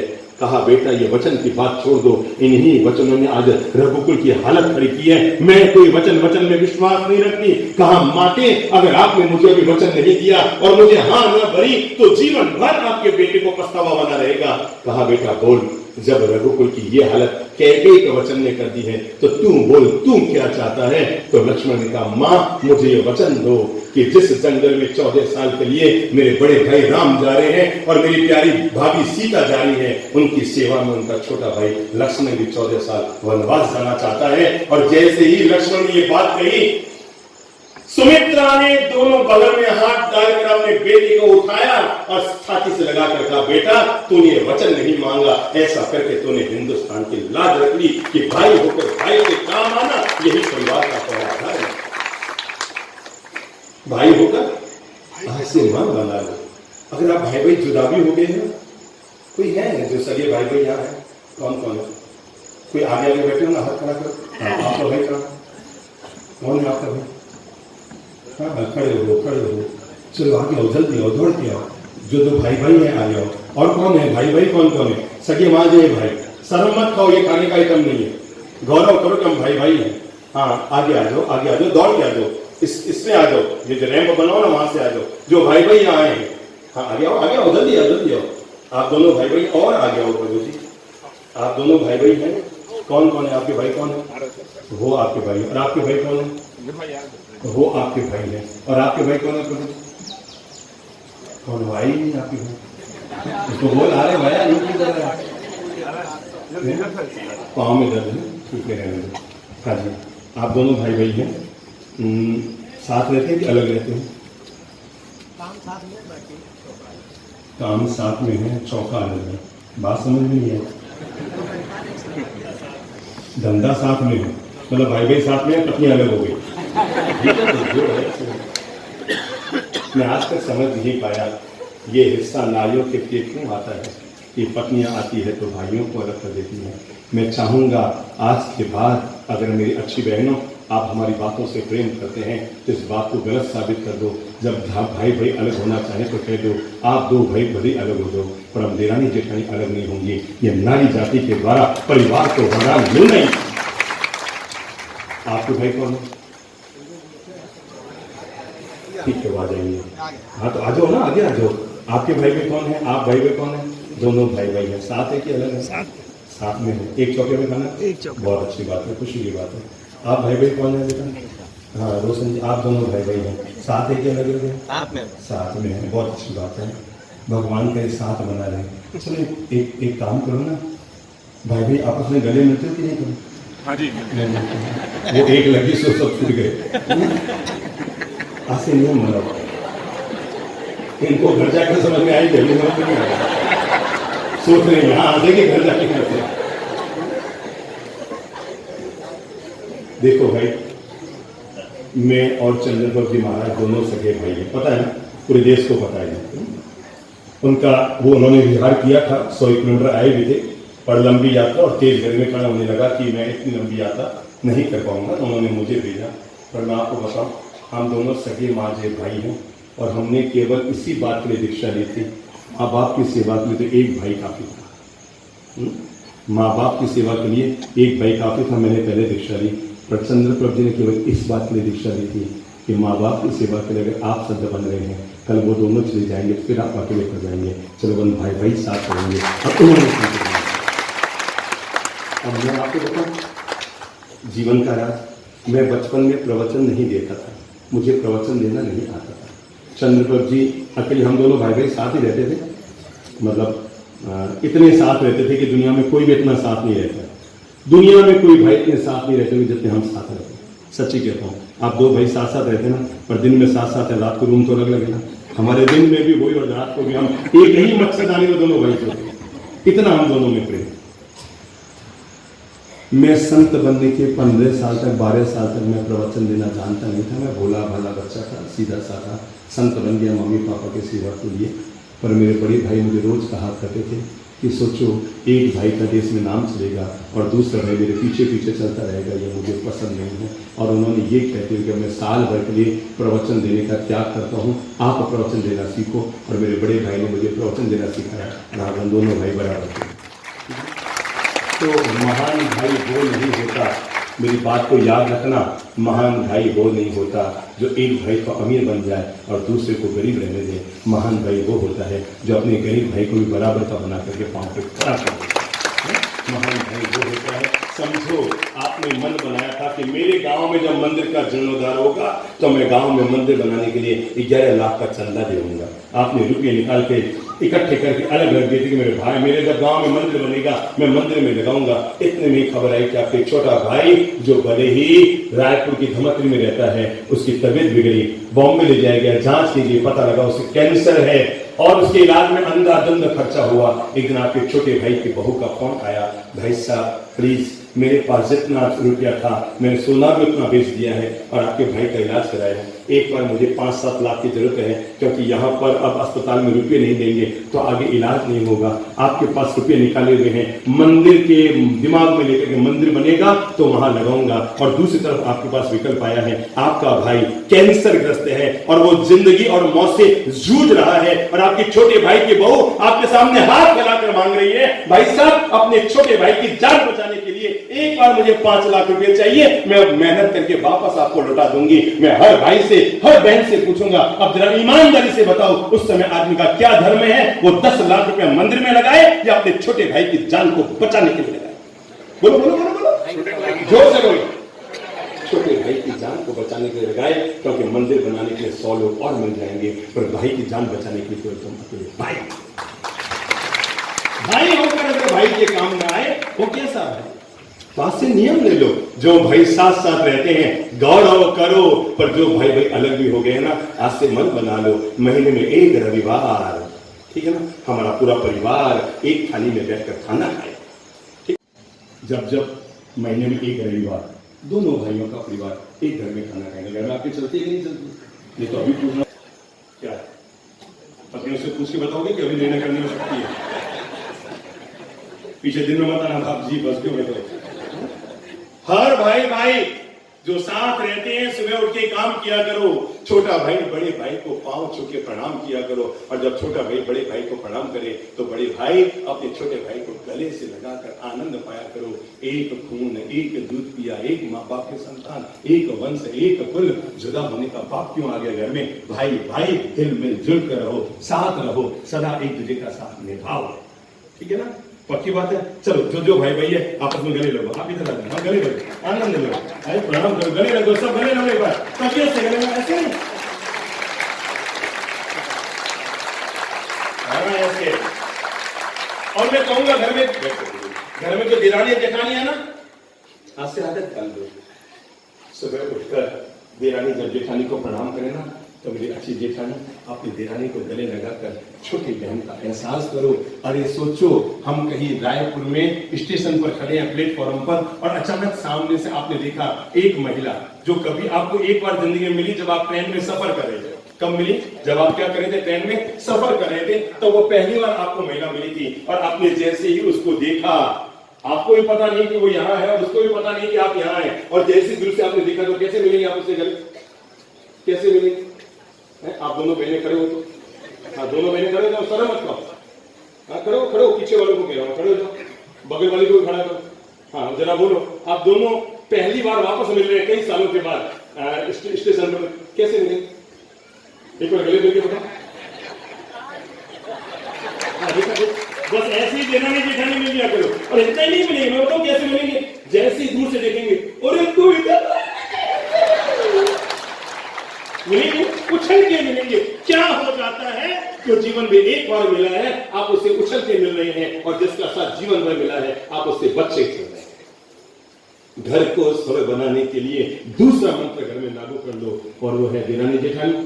कोई है या दिरानी जेठानी? या पास में बैठे हुए कौन है? दिरानी जेठानी खड़ी होती है, कौन है? आप दिरानी की जेठानी?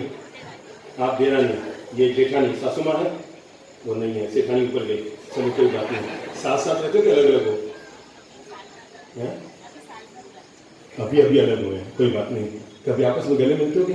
चलो आज एक काम करो, मैत्री का महोत्सव, राजनाथ गांव में मैत्री का महान महोत्सव कर लिया जाए, जो देरानी जेठानी जहां बैठे वहां खड़ी हो जाए। शर्म नहीं खाने का, ये खाने का आइटम नहीं है। अपने अपने देरानी जेठानी के पास जाओ, और जाते के पहले एक मिनट सब पहुंचे दीदी के पास, हाँ पहुंच जाओ, शर्म मत खाओ, ये खाने का आइटम नहीं है। चलो आगे आ जाओ, सारी देरानी जेठानी आगे आ जाओ, आज मैत्री का महोत्सव आयोजित करेंगे।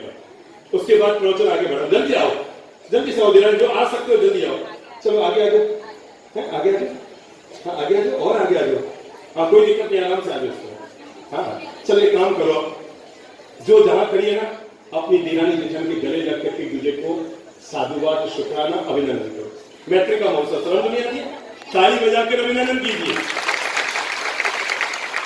मैं सच्ची कहता हूँ, अगर आप रोज ऐसे गले लगने होते तो आज किचन अलग होने की नौबत नहीं खड़ी होती घर में, समझ गए? अगर आप रोज ऐसे गले लग जाए, ठीक है? आप दो कौन है दिरानी जेठानी? आप तीनों देरानी जेठानी है, तीनों एक साथ लेना, हम दो साथ साथ हैं, तीसरे तो वापस साथ ले लो, बैठ जाओ, कोई नहीं आता। देखो भाई, हम एक शहर में थे, मैं सच्ची घटना को लाइव कर रहा हूं और उसके बाद आप लोगों को विदा करूंगा। बहन अच्छा खड़े हुए थे, ठीक है, वापस आइए। हमने तो काम ही यही किया है जिंदगी में, हम जहां गए हैं, जिस गांव में गए हैं, हमने हजारों हजार ऐसे भाइयों को आपस में बोलचाल शुरू करा दी जिनके दिवाली में भी आना जाना नहीं था, होली दिवाली में मिलते नहीं थे, उनके आपस में गले लगकर प्रेम मिला देंगे। हम एक शहर में थे, अमर सिद्धि करो तो सुनो।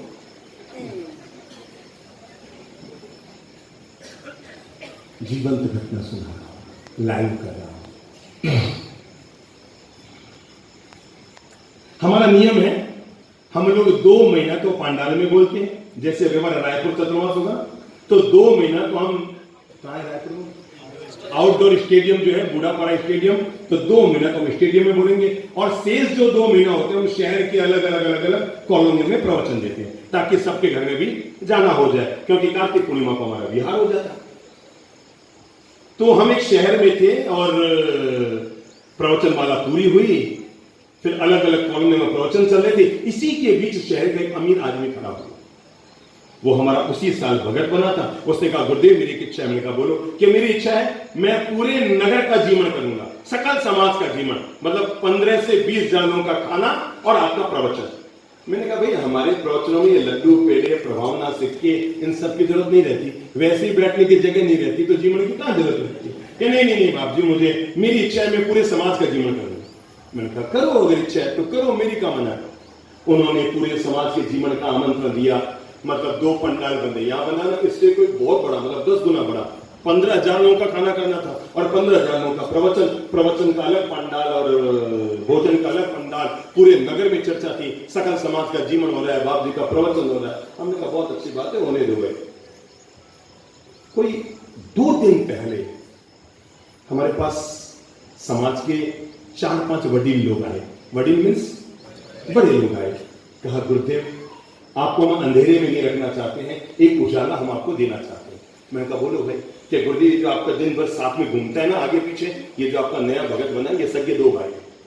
मैंने कहा मतलब कि 2 भाई हैं और में बोल चाल बंद है, आना जाना बंद है, ब्याह शादी हो गई, अभी भी ये सकल समाज का जीवन कर रहा है, तो पूरे समाज के घरों में कार्ड गया है, पर इसने अपने भाई के घर में कार्ड नहीं दिया है। इतना ही नहीं, शादी ब्याह में एक दूसरे का नाम भी नहीं छापते हैं।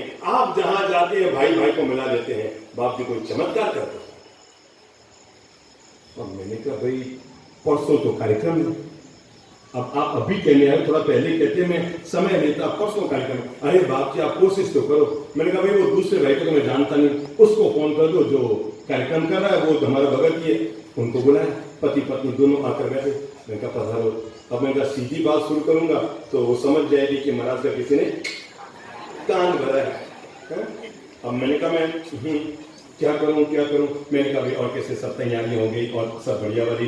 अरे भाप जी आप देखना आपके जीवन का सबसे यादगार कार्यक्रम होगा। अरे ये मिठाइयाँ चुठाइयाँ सब बता दी। मैंने कहा वो सब तो ठीक है, देख लो कार्ड पर पूरे समाज की लिस्ट बनी है बाप जी, एक अगर बाकी नहीं है। मैंने कहा आपके परिवार में आपका भाई वगैरह, मैंने जैसे भाई कहा और वो दोनों ही हुए। बाप जी हम आपको बता दें, फिर कोई आपको आके बताएगा हमारे भाई से बोलचाल बंद है और हमने उनको कार्ड नहीं दिया है।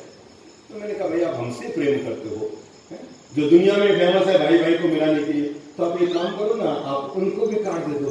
मैंने जैसे ही कहा कार्ड दे दो कि उनकी पत्नी बीच में बोले बाप जी हम माफी मांगते आप जो कहे सो कर देंगे, पर उनको तो निमंत्रण नहीं देंगे।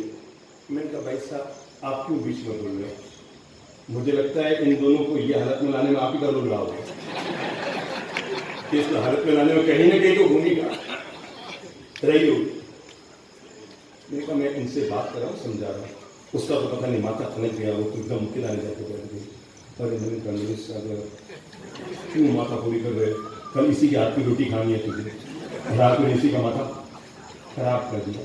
पर मुझे लगा कि नहीं, अगर हम जैसे संत भी ये प्रयास नहीं करेंगे तो दुनिया में कोई नहीं है जो भाई भाई को वापस मिले। अगर हम जैसे संत भी जाकर ये कोशिश नहीं करेंगे हमने उनको कहा आप देखिए आज हो गए सब निमंत्रण कहा नहीं बाप जी, मैं माफ़ी मांगता हूँ, मैं आपको भगवान की तरह मानता हूँ, आप जो कहें मैं आपके लिए सर कटाने को तैयार हूँ, पर मैं नहीं जा पाऊंगा क्योंकि हमारे ब्याह शादी हो गया, मरना पड़ना हो गया, होली दिवाली चली गई, समस्या चली गई, हमारे शादी के कार्ड में भी वो मेरा नाम नहीं छापता, मैं उसका नाम नीचे नहीं छापता है, हम भाई भाई है ही नहीं, आप तो ये समझो। उनका जो भी है वो एकदम अड़ी गए, नहीं बाप जी बस प्लीज बाप जी आप मुझे इसके लिए मत दबाइए, बाकी आप जो कहो मैं सर कटा दूं। मैंने कहा नाखून तो कटा नहीं पा रहा और ऊपर से कहता सर कटा। ये लोग बड़े गजब के होते हैं, हर आदमी अपनी पत्नी को कहता है तेरे लिए चांद सितारे तोड़ के ला दो, एक आम तोड़ के ला दे। तो मुझे कहने लगे बाप जी कहो तो फिर सर कटा दे। अरे मैंने कहा मुझे कौन सा सर कटाना है यार मेरे जिम में। बाप जी नहीं, बाप जी नहीं, बाप जी नहीं, गुरुदेव नहीं। अरे मुझे लगा तो मेरे सारे उपाय फैल जा रहे हैं, तो मुझे अंतिम उपाय दिखा। मैंने कहा भाई सब कार्ड है? हाँ हाँ बाप जी। मैंने कहा कार्ड निकालो। मैंने कार्ड लिया, पास में मेरे एक पेन पड़ा था, मैंने उस पेन पर जहाँ उसका निवेदक में नाम लिखा था मैंने उस नाम पर पेन चला दिया और नीचे लिख दिया निवेदक में ललित प्रभ चंद्रप्रभ महाराज। किस पे लिख दिया?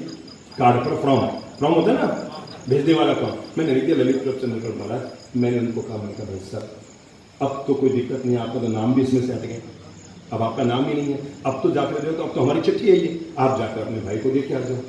वो अपनी पत्नी को यूँ देख के मतलब हाँ बोलूँ कि ना बोलूँ, तो यूँ देख मुझे लगा अब अगर मैं ढीला रह गया तो ये बात ढीली रह जाएगी। मैंने कहा भाई साहब अगर आप चाहते हैं कल के प्रवचन में हम आए तो इसके लिए जरूरी है कि आगे लिफाफा अपने भाई के देख। मुझे लगा अब मैं अगर मीठी मीठी बातें करने से काम करने वाला नहीं है, मैंने बिल्कुल हिंदी में उनको कह दिया अगर आप चाहते हैं कल के कार्यक्रम में हमारा प्रवचन हो, आप जो समाज को कोई दिक्कत नहीं, पर हमें बुलाना चाहते हैं कि आपको लिफाफा हमको जाके देना चाहिए। वो फिर पता नहीं मन महसूस कर पति पत्नी दोनों ने और कहा देखो बाप जी, देखो बाप जी, देखो बाप जी, मैं आपके कहने पर जा रहा हूँ पर मैं आपको सच कहता हूँ वो मरे नहीं आएगा। मैं कहता हूँ कहते हो मरे नहीं आएगा, मैं कहता हूँ जिंदा आएगा। ये मैं जिस शहर की कहानी कह रहा हूँ उस शहर में घर के बाहर झूले बहुत रहते हैं, हर घर के बाहर झूले झूलते रहते हैं। वो गए बड़े अनमनेपन से गए, घर के अंदर नहीं गए, वो घर के बाहर होता है ना लोहे का दरवाजा, क्या कहते रहते लोग उसको, मेन गेट होता है ना लोहे का गेट, उन्होंने उसको भी खोला नहीं, तो वहीं से उन्होंने लिफाफा, वो भाई और उसकी पत्नी बाहर झूले में झूल रहे थे बरामदे में, उसने वहीं से वो लिफाफा फेंका, महाराज साहब ने भेजा और ये कह के आगे निकल गया। पत्नी ने लिफाफा उठाया, हाथ में लिया, चौंक पड़ी क्योंकि नीचे नाम किसका था? ललित प्रभ चंद्रप्रभ महाराज। पत्नी के पति के पास से आकर कहा देखा वो आपका भाई लिफाफा देकर नहीं गया, आपको चाटा मार कर गया, फेंक कर गया, अपन मरे नहीं गया। वो पति बेचारा रात भर सोचता रहा क्या करूं, जाऊं नहीं जाऊं, जाऊं नहीं जाऊं, कल समाज में पता लगेगा कि महाराज साहब के नाम का लिफाफा था और तब भी मैं नहीं गया तो शायद शायद शायद मेरे लिए बहुत नेगेटिव बात। वो रात भर सो नहीं पाया, हमारा नाम उसका पीछा करता था, टीवी में तो प्रवचन सुनता ही था, तो हमारा नाम उसका पीछा करता रहा, जाऊं नहीं जाऊं, जाऊं नहीं जाऊं, रात भर वो बेचैन बना रहा। सुबह उठकर अपने बच्चों को, पत्नी को और बहुओं को कहा बेटा मुझे पता है तुम सब मुझे मना करोगे पर मैं रात भर बेचैन बना रहा, मुझे लगता है कहीं अपन गलत न कर बैठे कि महाराज साहब ने अगर अपने नाम से कार्ड भेज दिया है और अपन नहीं जाएंगे शायद उनका बहुत बड़ा अपमान नहीं हो जाए। इतने बड़े संत ने अपना नाम हाथ से लेकर हमको।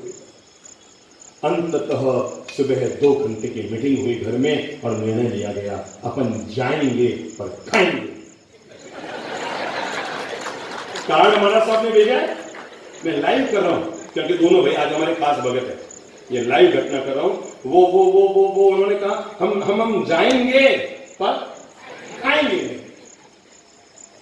हम पहुंच गए अगले दिन प्रवचन पंडाल में, बहुत बड़ा पंडाल बना हुआ था, 15,000 लोगों से ज्यादा भीड़, मतलब विशाल जन मेल दिखी। और मेरे अच्छे भाई बहनों हम तो जब भी बोलते ना इंसान की हमेशा पॉजिटिव बात। हम जहां भी गए हैं देश में, अगर 2 समाज अलग अलग हैं, हमने पहला काम ये किया है उन समाजों में मित्रता हो, समाज आपस में मिले जुले। मेरे भाई ये जो दिगंबर, श्वेतांबर, तेरापंथ, थानावासी, इन सब की दीवारें हमने बना दी है। इन दीवारों को हटाना तो मेरे हाथ में नहीं है, पर इन दीवारों में दरवाजे खोलना ये तो मेरे आपके हाथ में है। और मैं जो काम करता हूँ ना, दीवारों को हटाने का काम नहीं करता हूँ, दीवारों में दरवाजे खोलने का काम करता हूँ ताकि हम आपस में मिलते जुलते। 2500 साल हमने अलग होकर बहुत कुछ खोया है, केवल 25 साल के पूरा देश एक हो जाए तो पता लगेगा हम क्या कर सकते हैं। देखो हमारा कितना बड़ा दुर्भाग्य होता है, साल में एक हमारा सबसे महान दिन आता है संवत्सरी का दिन, और उस दिन भी केवल तिथि के नाम पर वो उधर चला जाता है, वो उधर चला जाता है। मेरी चौथ को है, मेरी पांचम को है, हम आपस में बंटवारा कर लेते हैं। मैं आज तक समझ नहीं पाया आखिर लोग कौन है जो इस तरह समाज को बांटते हैं। मेरे अच्छा चलो आज एक काम करते हैं, आप में कौन कौन लोग हैं जो चाहते हैं हमारा समाज एक हो और संवत्सरी एक हो? हाथ खड़ा करो। एक फोटो ले लो तो बेटा, ताकि कभी संवत्सरी अलग हो तो मैं हाथ से दिखाऊं। कौन कौन लोग चाहते हैं? दोबारा हाथ खड़ा करो। कौन कौन चाहते हैं कि हमारा सबका समाज एक हो, हम सब में प्रेम रहे और हमारी संवत्सरी एक हो? पक्की बात है ना, सब चाहते हैं। अब मुझे बताओ जब सब चाहते हैं संवत्सरी एक हो तो कौन है जो अलग? हम सभी लोगों को भी पॉजिटिव बनना पड़ेगा, विश्वास रखना। घर में बड़ा वो नहीं होता है जो उम्र में बड़ा होता है, घर में बड़ा वो नहीं होता है जो पैसे में बड़ा होता है, घर में बड़ा वो होता है जो घर को एक रखने के लिए झुकने को तैयार हो जाता है, बड़प्पन दिखाने को तैयार हो जाता है, जो घर में सबसे बड़ा। तो कहाँ थे? हाँ, प्रवचन शुरू हुआ, बड़ा पंडाल प्रवचन शुरू हुआ, प्रवचन चल रहा था। चलते प्रवचन में एक आदमी ने कान में आकर कहा, बाबू जी वो भाई आया है। क्या कहा?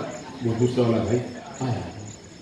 मुझे तो पक्का था कि जिंदगी में आज तक कोई गांव खाली नहीं गया, तो ये कैसे जाएगा, और मुझे पक्का भरोसा था कि वो हर हालत में आएगा।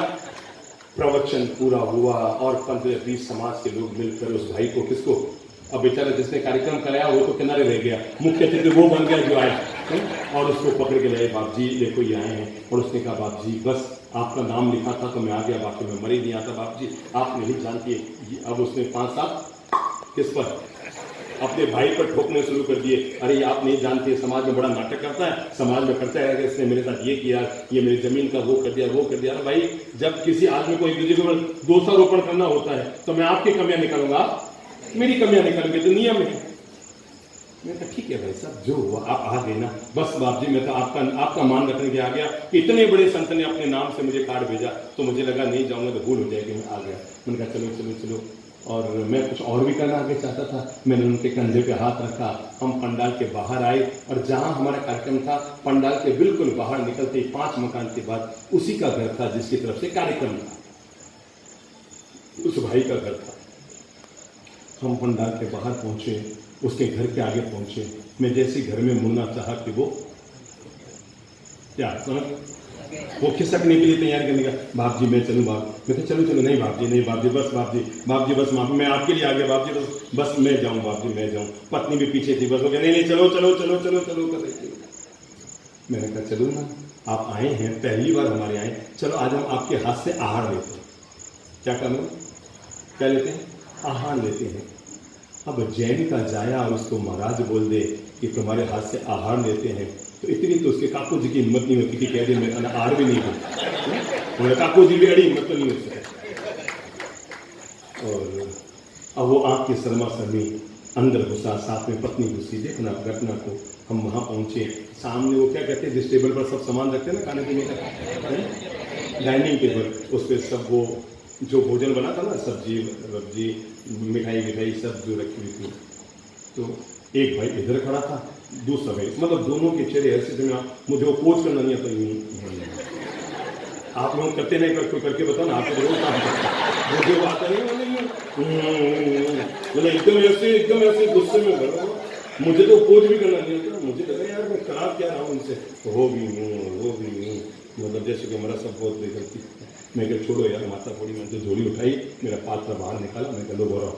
संयोग की बात, इस भाई ने भी रसगुल्ला उठाया और उस भाई ने भी रसगुल्ला उठाया। मुझे लगा अब अगर मैं चूक गया तो बाजी हाथ से निकल जाएगी। दोनों ने रसगुल्ला हाथ में उठाया और दोनों मेरे पात्र की तरफ डालना चाहे। मैंने अपना पात्र पीछे कर लिया। मैंने कहा भाई साहब, अगर आप हकीकत में भगवान महावीर के पात्र में आज आहार देना चाहते हैं तो मेरे पात्र में रसगुल्ला मत डालिए, आज बड़प्पन दिखाइए और भाई भाई के मुंह में रसगुल्ला। आज आप बड़प्पन दिखाओ, परिवार में प्रेम की गंगा यमुना बहा लो।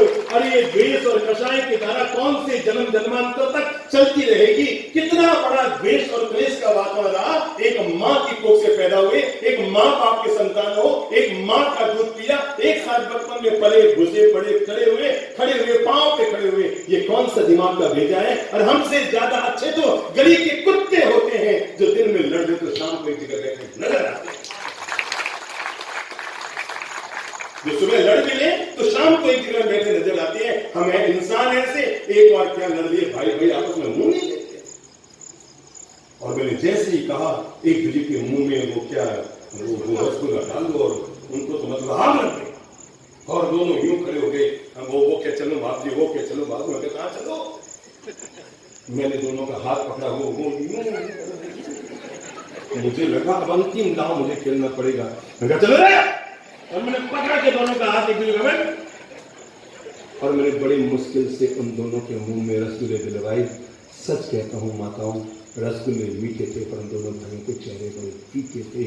फिर भी मैंने दोनों भाइयों को गले मिलवाया, दोनों भाइयों को आपस में गले बनवाया। वो दो भाई जो मरने पड़ने में भी एक दूसरे के घर नहीं गए, मैं उन दोनों भाइयों को मंच पर वापस लेकर आया जहां पर जीवन चल रहा था। और मैंने माइक चालू करवाया, माइक वाले को बोल करके, और जो लोग खड़े खड़े खाना खा रहे थे मैंने सबको कहा प्लेट अपने हाथ में रखो, नजर मेरी तरफ करो। और देखो आज अब असली मैत्री का महोत्सव जीवन हो रहा है, क्योंकि दोनों भाई जो 25 साल से हिलते मिलते जुलते नहीं थे, मैंने दोनों भाइयों को मंच पर गले लगवाया और दोनों बहुओं को मंच पर गले लगाया और दोनों भाइयों को एक थाली में खाना खिलवाया, ये कहकर कि अगर भाई भाई अगर प्रेम से नहीं रहे तो दुनिया में प्रेम की गंगा यमुना कहां।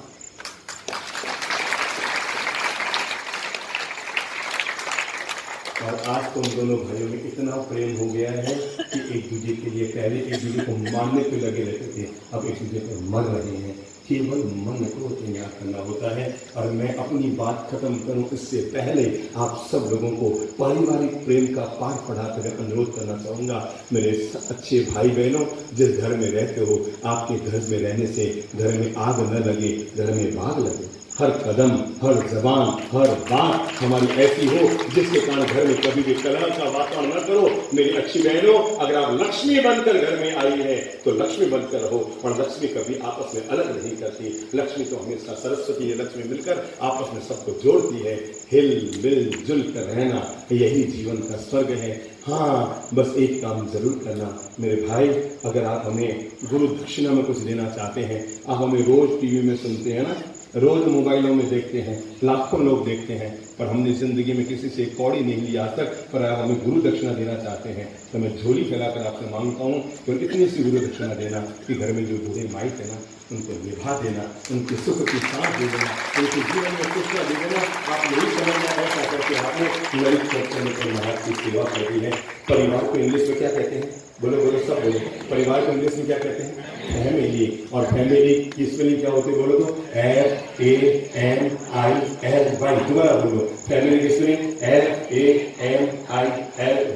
जीवन भर याद रखना। आज मैं जो फैमिली की परिभाषा देता हूँ, मैं चला के जाऊँ, अपने अपने मोबाइल निकालो, रिकॉर्डिंग करो। आज सब एक दूसरे को भेजना है फैमिली की परिभाषा है। जिसके जेब में मोबाइल फटाफट निकालो। फैमिली की स्पेलिंग दोबारा बोलो, FAMILY।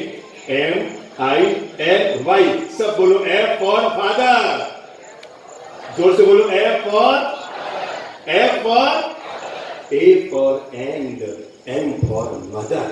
F for father, A for and, M for mother. आगे क्या है? I for I. आगे क्या है? L for love.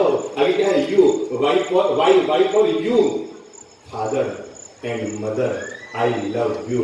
This is the meaning of family.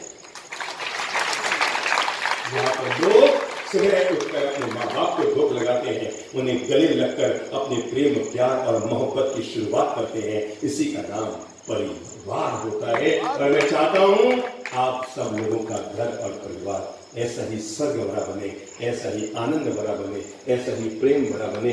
मैंने सहज में कुछ अच्छी बातें आप लोगों से अनुरोध की है और मैं चाहूँगा आज घर जाकर आप मनन करना, मैं घर में कौन सी भूमिका अदा कर रही हूँ, आग लगाने वाली भूमिका या बाग लगाने वाली भूमिका। और आज से ही ये संकल्प लेकर जाना, मैं घर में कभी भी आग नहीं लगाऊंगा, जब भी लगाऊंगा बोलो बोलो बोलो बोलो बाग लगाऊंगा, प्रेम की फुहारें लगाऊंगा और मैं अपने घर को स्वर्ग बनाऊंगा।